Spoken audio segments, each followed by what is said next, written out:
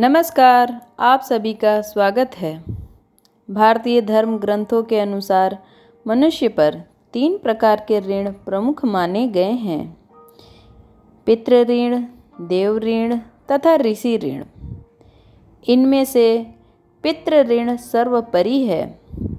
पितृ ऋण में पिता के अतिरिक्त माता तथा वे सभी पूर्वज भी सम्मिलित हैं, जिन्होंने हमें अपना जीवन धारण करने तथा उसके विकास में सहयोग दिया है। तो आइए जानते हैं पितृपक्ष के बारे में।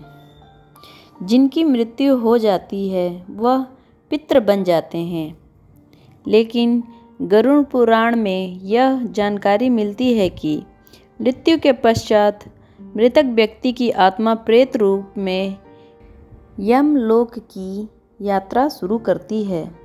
सफ़र के दौरान संतान द्वारा प्रदान किए गए पिंडों से प्रेत आत्मा को बल मिलता है। यमलोक में पहुंचने पर प्रेत आत्मा को अपने कर्म के अनुसार प्रेत योनि में ही रहना पड़ता है अथवा अन्य योनि प्राप्त होती है।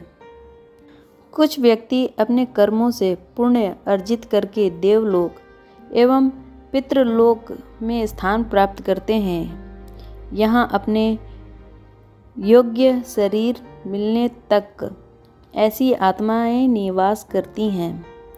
शास्त्रों में बताया गया है कि चंद्रमा के ऊपर एक अन्य लोक है जो पितृलोक कहलाता है। शास्त्रों में पितरों को देवता के समान पूजनीय बताया गया है।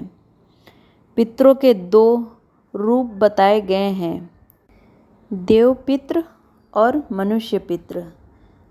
देवपितृ का काम न्याय करना है। यह मनुष्य एवं अन्य जीवों के कर्मों के अनुसार उनका न्याय करते हैं। गीता में भगवान श्री कृष्ण ने कहा है कि वह पितरों में अर्यमा नामक पितृ हैं। यह कहकर श्री कृष्ण यह स्पष्ट करते हैं कि पितृ भी वही हैं और पितरों की पूजा करने से भगवान श्री कृष्ण की ही पूजा होती है। विष्णु पुराण के अनुसार सृष्टि की रचना के समय ब्रह्मा जी के पृष्ठभाग यानी पीठ से पितृ उत्पन्न हुए।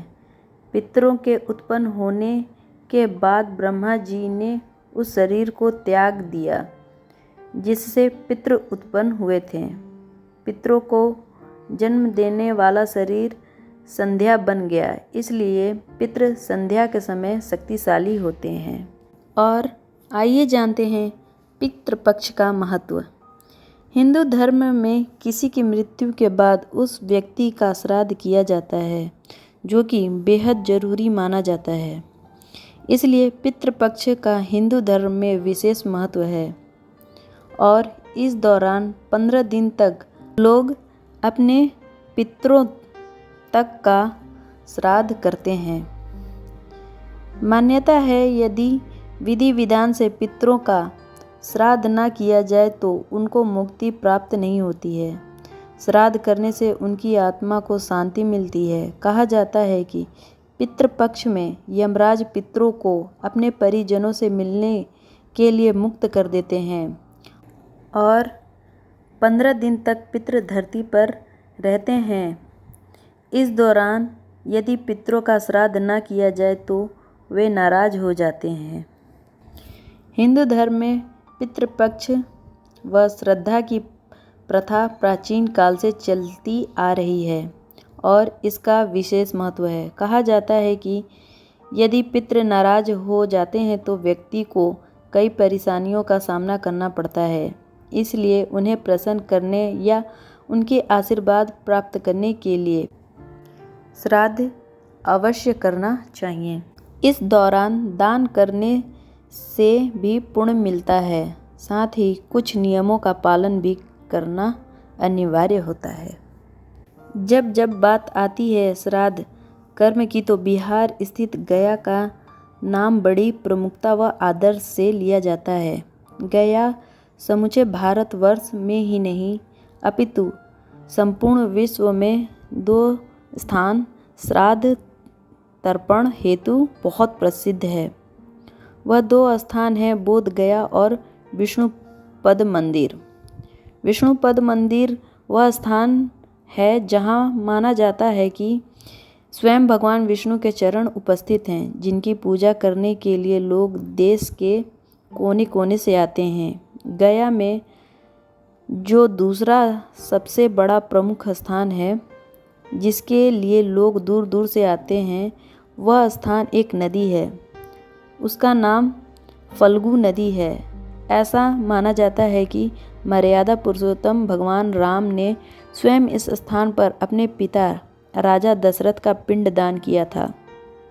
तब से यह माना जाने लगा कि इस स्थान पर आकर कोई भी व्यक्ति अपने पितरों के नियमित पिंडदान करेगा तो उसके पितृ उससे तृप्त रहेंगे और वह व्यक्ति अपने पितृ ऋण से उत्तीर्ण हो जाएगा। इस स्थान का नाम गया इसलिए रखा गया क्योंकि भगवान विष्णु ने यहीं के धरती पर असुर गयासुर का वध किया था। तब से इस स्थान का नाम भारत के प्रमुख तीर्थ स्थानों में आता है और बड़ी ही श्रद्धा और आदर से गया जी बोला जाता है। ऐसी और रोचक वीडियो को देखने के लिए चैनल को लाइक करें और सब्सक्राइब करना ना भूलें। धन्यवाद।